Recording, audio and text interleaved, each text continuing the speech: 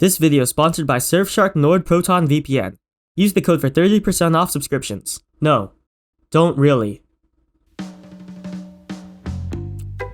The late 1930s was characterized as a mixed time of economic depression and cultural expression for many residents living in the Bronx and Manhattan during the time, including for this man, a guy named Pablo, who was eating at a jazz theater in Morrisania, South Bronx, with his wife and 2 children.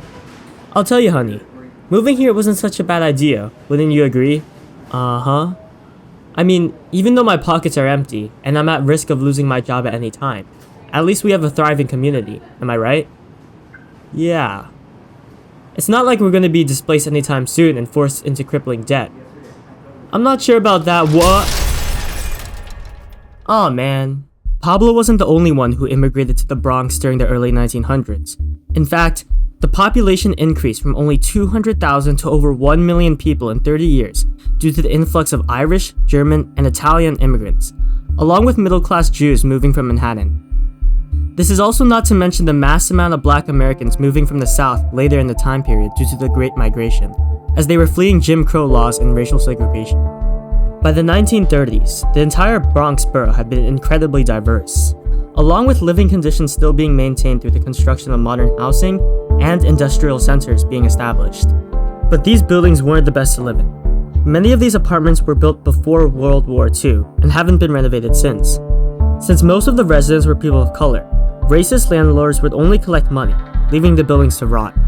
Also, behind the scenes of this culturally diverse melting pot saw the rise of a massive dictatorship in New York City. Finally came the staggering impulse of mass transportation, the motorization of our economy.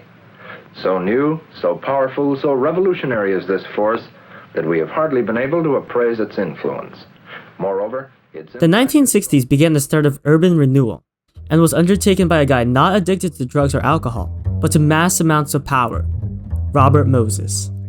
Obtaining high positions of power within New York City through appointments and not elections, Robert Moses had practically bypassed all democratic systems, with even the mayors and governors not being able to stop his blueprints from being brought to the table.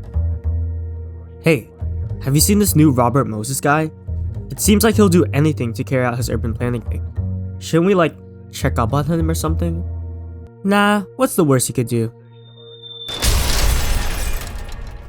Robert Moses built numerous bridges and highways, with his notorious plan of slum clearance, targeting minority neighborhoods to be replaced with high-rise building.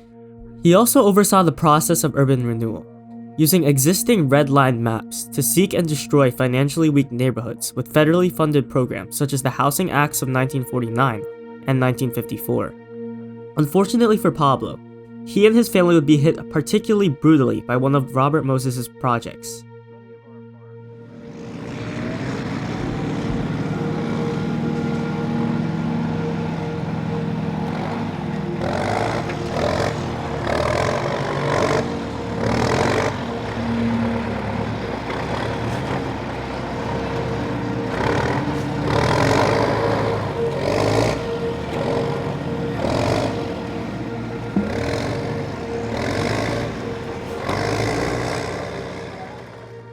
The Cross Bronx Expressway didn't just affect Pablo, it forced more than 5,000 residents of minority ethnicities to be relocated without anywhere else to go. Although Robert Moses was famously called the master builder of New York City for his time, many of his efforts were considered racist by purposely constructing the city in a way that neglected the living conditions of poor and Black communities, along with preventing them from enjoying everything the city had to offer. Meanwhile, New York was going into massive amounts of debt. The federal government wasn't going to bail out the city, so to solve this, the city hired the RAND Corporation, which would use computers to generate ways the city could save money. We have this state-of-the-art computer that will figure out how to save money. Computer, what do we do? Beep, boop, stop the fire departments. Because of all this lack of investment in the South Bronx, this led to the rise of gangs as they were seen as vital for survival in the seemingly wasteland inhabited borough.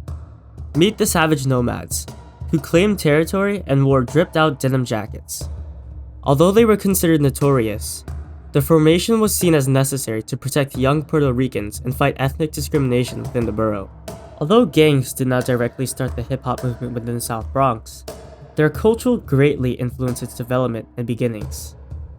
Implementing ideas such as DJing, MCing, breakdancing, and graffiti, these elements were brought together to create a high-energy practice. Additionally, artists such as DJ Kool Herc sparked this movement by hosting block parties and events in recreation rooms. However, because of urban neglect, his main source of influence was his father, who collected records which included many genres such as jazz, funk, and gospel music. Furthermore, this increase in gangs and public aversion towards the people in the Bronx led to companies wanting to capitalize on the sensation, and that's what Daniel Petrie did with Fort Apache. This movie showed the Bronx is overrun with crime, grime, violent gangs, and trash. This enraged people living in the Bronx because it seemed racist and depicted all of the black and Puerto Ricans in the Bronx as violent gangsters. This led to massive protests in the streets against the publishing of the movie, to not further degrade people's view of the Bronx. Despite these efforts, Fort Apache still came out, but with minor changes. Ultimately, the legacy of the South Bronx remains to this day. Because of efforts from Majora Carter, an environmental justice advocate, many of the efforts of urban decay were mitigated through her actions, such as creating the Hunters Point Riverside Park.